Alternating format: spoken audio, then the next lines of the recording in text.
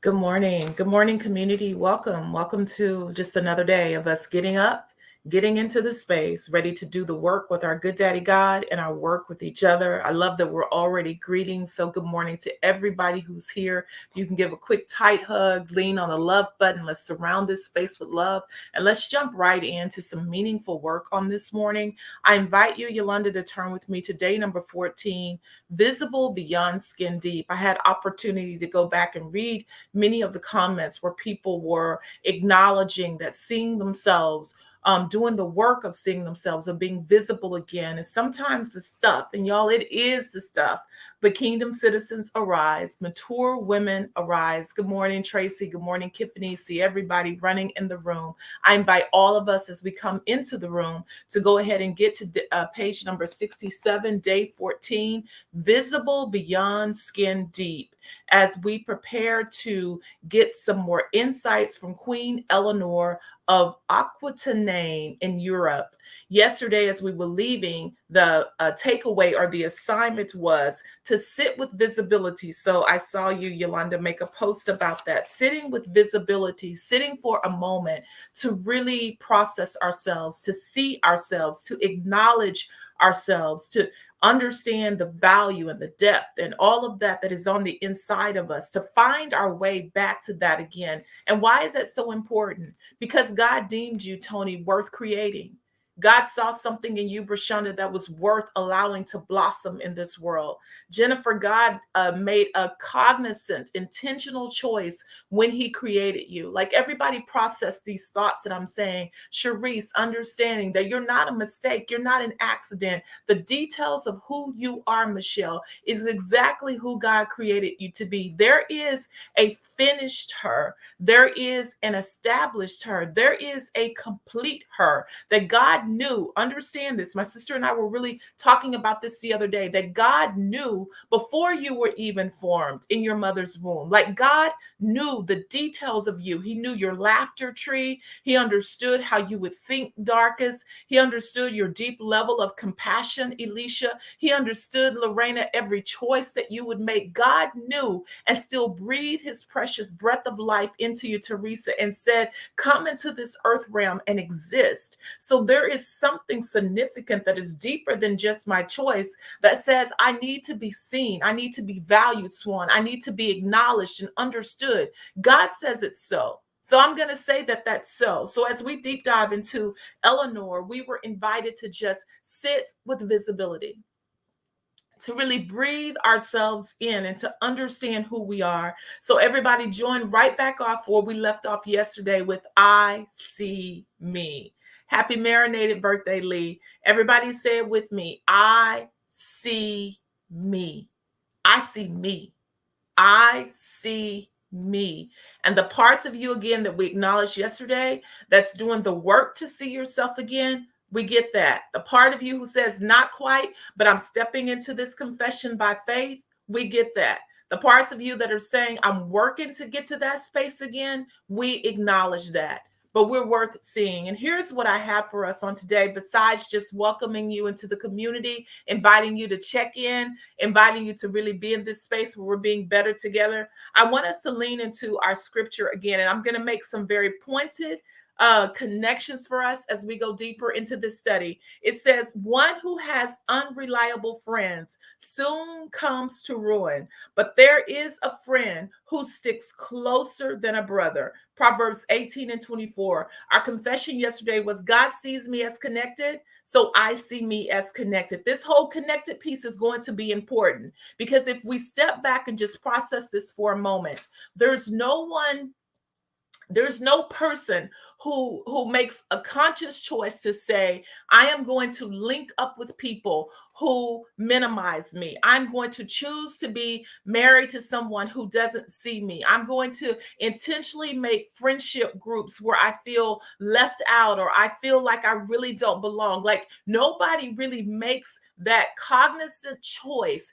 to become connected with people who eventually erase them, who eventually do not see them, who eventually make them feel like they have to play it small or minimize themselves. Can we acknowledge that? We don't go out looking for those types of relationships. We don't intend to befriend those types of relationships. We definitely don't intend to marry into those types of relationships, or we no longer have a voice, where we find ourselves kind of rolling over and just accepting many things that we really don't believe in or really are not connected to. We don't just choose that, right? And on the opposite side of it, people who operate that way don't come with some huge neon sign that says, don't engage with me because I'll erase you. Don't engage with me because I'm going to be harmful to your self-esteem. Don't engage with me because I'll take your voice. Oftentimes we don't recognize or see where those inroads are going to take our ability to see and honor and believe in and hold on to the essence of who we are. And so you will find, particularly because this community is largely for women, you will find that many women really do exist trying to figure out in their later years, like, who am I? Who am I? Who am I? So we have to then be very intentional about doing the work to safeguard being able to see ourselves. So I want to just acknowledge upfront that we're just going to tackle one snippet of that on today, the process. We're going to honor our commitment to slowing it down and sitting with things long enough to really understand them. So we're going to talk about the process today. But before we go there, I want to invite us again to say, God sees me as connected, so I see me as connected. Yesterday, as we were transitioning, we asked God to help us. We understand that we need people, that we should be connected to people, that we need our errands and our ers. But many of us have experienced those connections that diminish and chip away at who we are. And so we're going to just talk a bit about that process today. And then we'll layer with some tips for safeguarding ourselves. But we'll say it again. God sees me as connected, y'all. Let our heart begin to open up. I feel a bit weepy this morning, like I can sense when I'm packing what our community is facing. And my heart is already crying for women who have, thank you, Jen, you can leave it there. For women who those connections, many pivotal, close connections, are the things that have almost destroyed you. And so when you hear me acknowledging that much of what God desires to do in your life will come through your connections, it's fearful for you. You're here and you're trying to move forward in this whole concept by faith. But I acknowledge and I understand that it's fearful for you, that you've been wounded in those areas, that your people connections have often been damaging in your life, that you have some scars and some bruises. And so I don't want to skip over that like I live absent from that. I'm very aware that that's what many women struggle with, and that you've also been the villain in some relationships. You know that you are the one who did the gossiping or the backbiting or the hurtful words. And because you know how you've behaved, you understand that other people can behave like that as well. And so stepping into this space where I'm telling you, God desires to have you be connected, that's his original intent, that he models that as our daddy God from the beginning. When he says, let us, he signals to the earth that even I, the great I am not operating on my own. Y'all get that? From the very beginning of time, God signals to us that he operates in relationship. The relationship is good, that it's what he has designed. And the enemy from the beginning of time has fought against that, particularly among women. But we're acknowledging that. And many of us said yesterday, help me, God. And if that's you, as we continue to do this journey, just say that to Daddy God over and over again. Help me, God. Like, I want my heart to be well and whole. I want to have the people in my life that you have ordained for me, for finished her to walk with. So help me to receive that. As we fast forward to just the ends of Elanore and giving ourselves context, we understand that the teaching is that Elanore, and I'm acknowledging all of you who are saying, help me, God. We understand that Elanore existed, and the sad commentation for her life says, despite all of her flattering compliments, no one left a more detailed description of Queen Elanore, the person. And then we jumped all the way down into it and we said, in many ways, she was a highly visible, invisible being. She was a highly visible based on her roles and her titles and her positions and her authority. She was highly visible while being an invisible being. Nobody knew who she was as a person. Sadly, it said, if asked, they couldn't have even told you the color of her hair. So with that being said, how do let me just rephrase. Let me get right here in my notes. The process. That's what I want to talk about.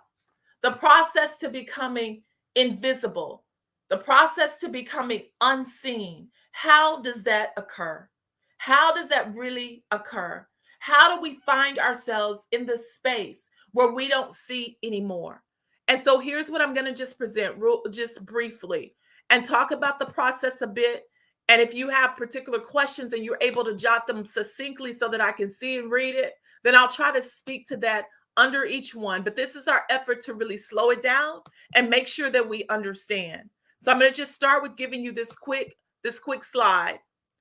The erasure process is slow and gradual. At times, it's undetectable. For those of you who are in that space of trying to understand, how did I get here? Like, how did I even get here? What happened? I want to hold space for you to understand that erasure process, that process that can happen over time, it is often slow and gradual, often undetectable. You don't even know that it's happening.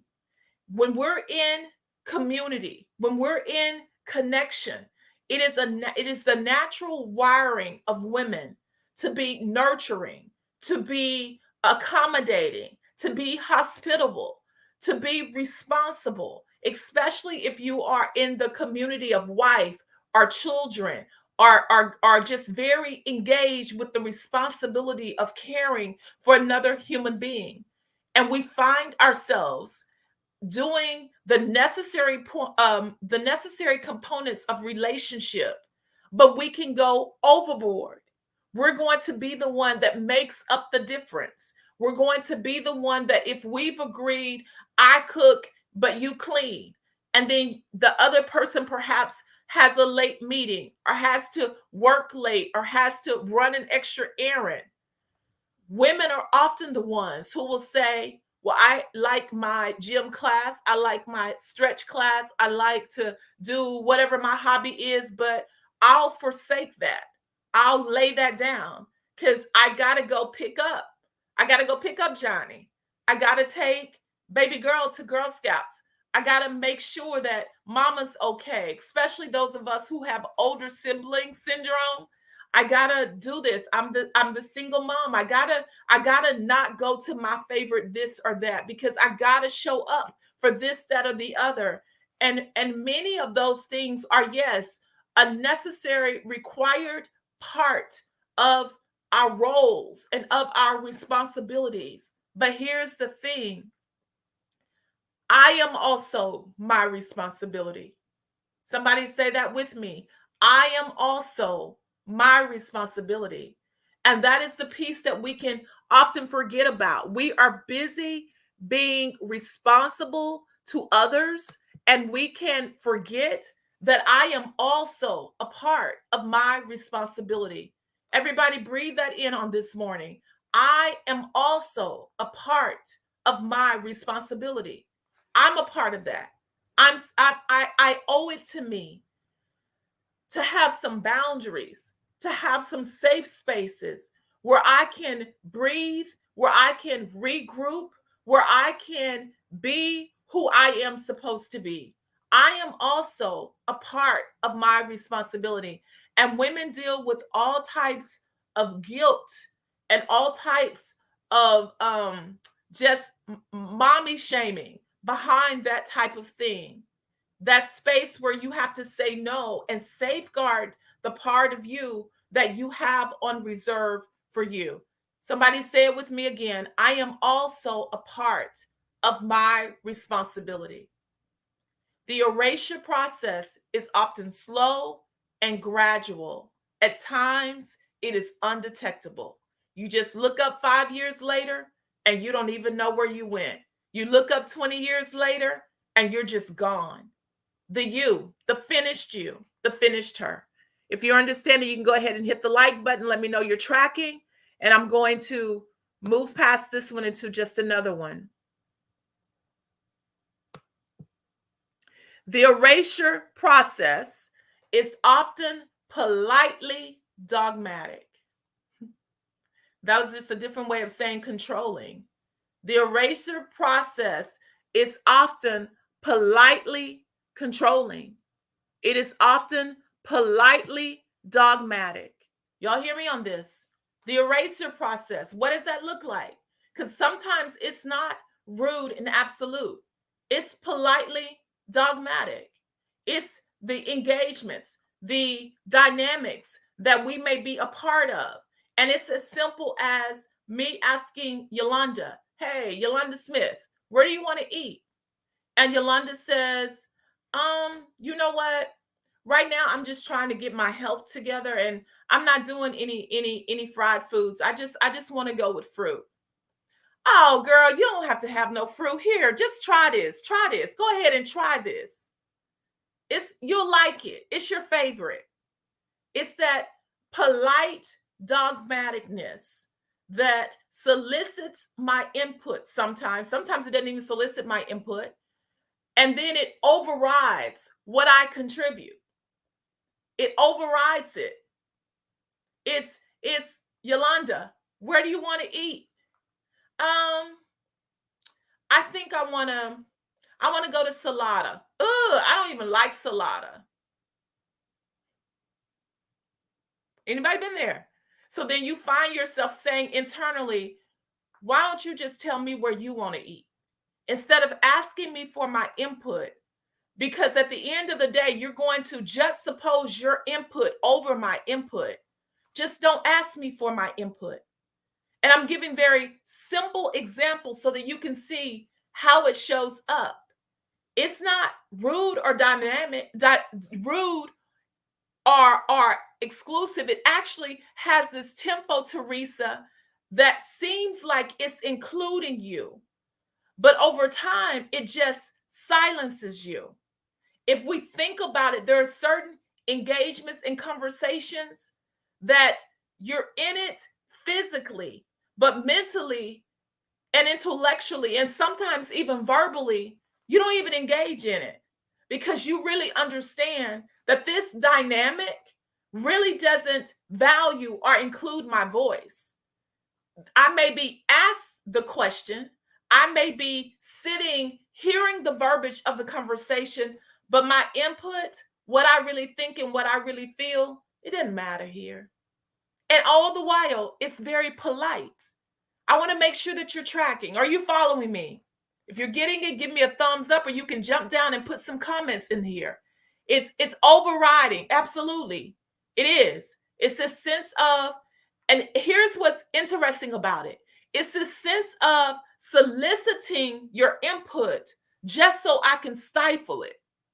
Do you understand? And over time, Kimberly, that has its way, that has this gradual way of exfoliating you.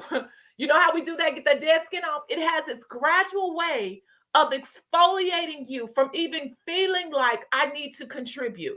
It's going to certain meetings. We all can identify them. Certain meetings, whether it's at work, whether it's in ministry, whether it's a family conversation, where you get the invitation to attend and you know that physically you have an invitation to attend, but you already understand that your only input is supposed to be in agreement with whatever is being said or whatever is being pushed or whatever is the agenda.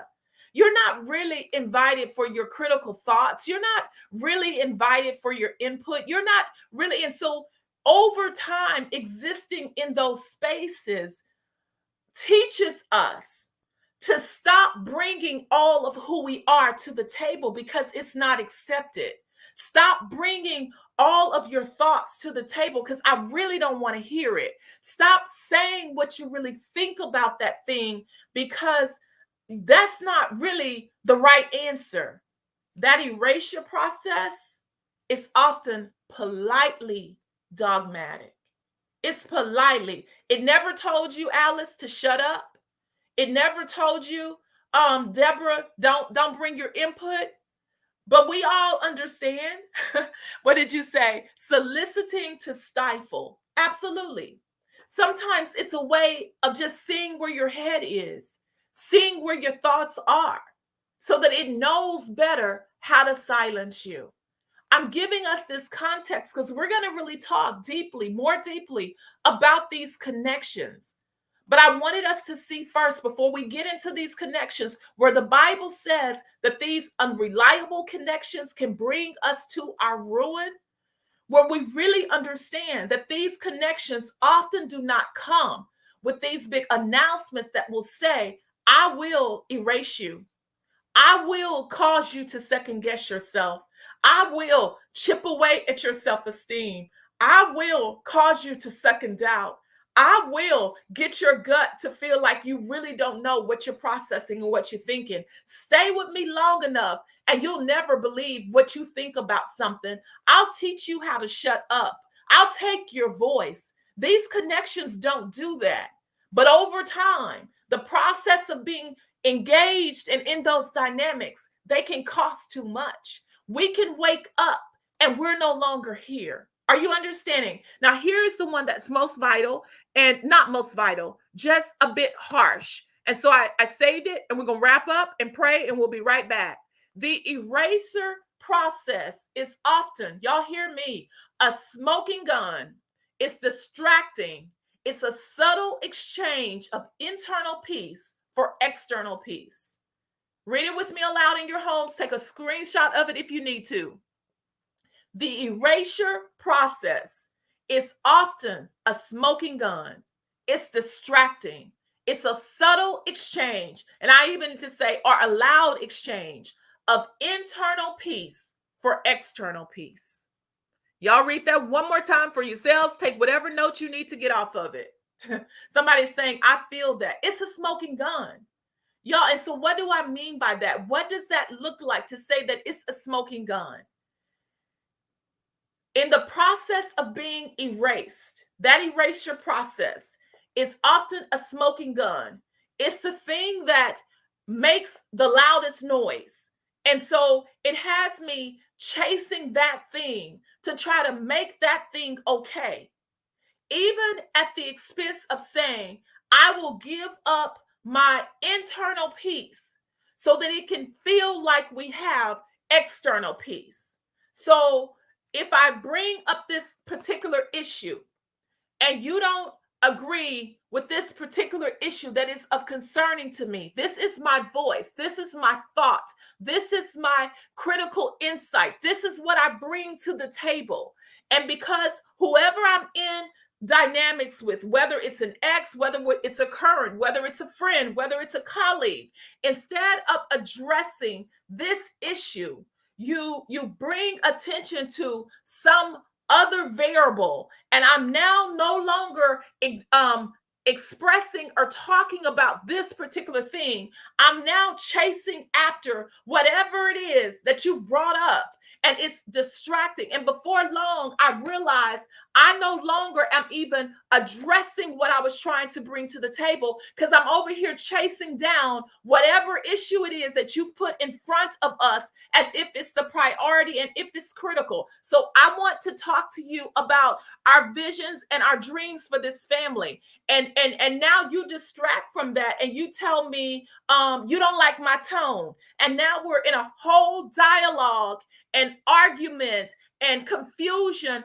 about my tone. And now I'm walking around trying to make sure I get my tone right, make sure I say it right, make sure I put it quite right. And I'm doing all of that. And we have yet to talk about this vision and this dream that I was trying to bring to the table, because you have us consumed in a smoking gun that never gives validity to the real depth of what I'm trying to bring to the table. And then I make a decision that every time I bring this topic up, you start talking about something that one time when I didn't do this or that, you start talking about all this extra stuff. And so instead of bringing this to the table anymore, I don't want to be engaged in all of this drama about peripheral things. So to keep external peace, I'll just not talk to you about the value and the priority. And so now I've exchanged, because this really matters to me. And addressing this is what will give me internal peace.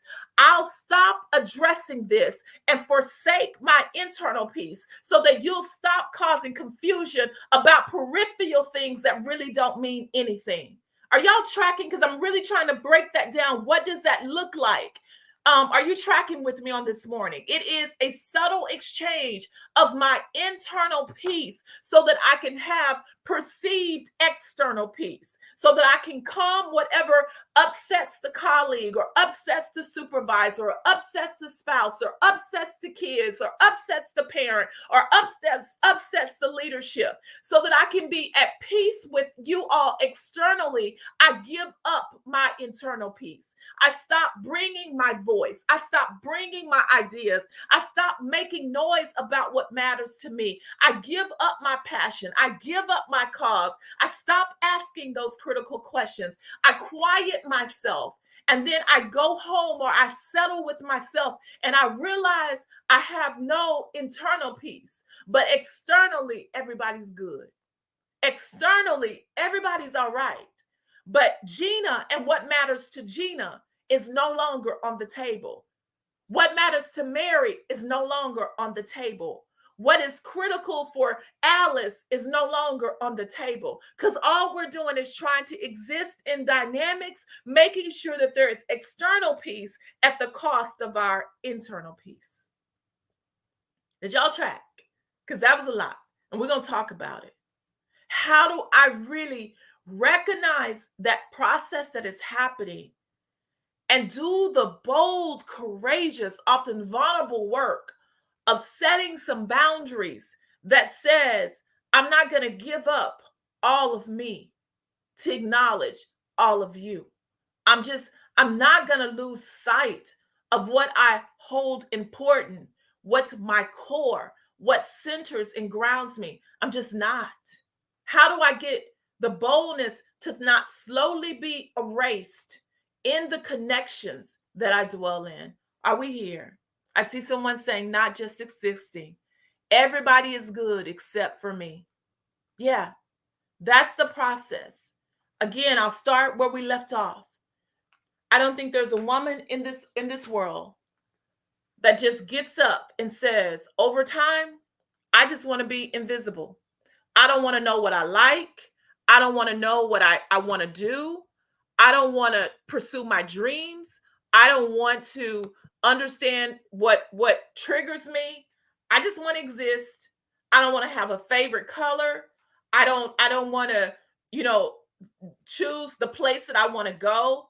I don't have any preferences for my furniture, for my pictures. Nothing. There's not a woman. Y'all, we're two. Like, we're his flowers. Y'all know that, right? Like, we're the flowers of the earth. We was the icing on the cake, the last thing created. We're two that. That's what's in our DNA. And when we find ourselves just whatever, What you want to eat? I don't know. What's your favorite color? I don't know. What you want to do? I don't. None of us wake up wanting to be that. But the Bible is clear. It says connections with unreliable friends, unreliable people. It brings us to our ruin. It destroys the very essence of who we are. But God has connections for us that will cause us to excel, that will cause us to blossom, that will nurture us and push us and challenge us and celebrate us and put water in our dry spaces and sunshine in our wet spaces. Like God has that for us. So somebody said with me again, help me, God. We're making our way towards a discussion about how to embrace and put that in our lives. But we first have to understand, how did we get this far in the beginning? God sees us. Let's see us. We're going to wrap up and prepare to come back on tomorrow. Our three takeaways from today will really just our overall was just understanding how that erasure process begins to happen in our lives. Each of us can sit with that and continue to sit with visibility, continue to see ourselves, to continue. There's a space in our book that literally invites you to just sit, to write different things that you know and that you see about yourself, that you enjoy, that you want. It's on page number 69, Sit with Visibility, where you just get to chart that. And we're going to engraft that back into our lesson on tomorrow as we make our way towards those connections. All righty. We are wrapping up March pretty soon, y'all. This is the final week of March. Can you believe it? We're about to finish up this first quarter of the year where God is really dealing with us about seeing ourselves like he sees us. God is literally pushing back against what the world and society and even ourselves have done to ourselves. God is redeeming us. Somebody understand and receive that today. God is building you back up. God is restoring you. He's watering you again. He's causing revival to be in you again. One of my mentees said the other day, we were at the pop-up and it was Nija, and I hope she'll mind me sharing. I don't think she do because she said it out loud in the group. But Nija said, somebody gave her a compliment and she said, yeah, I'm starting to feel like myself again.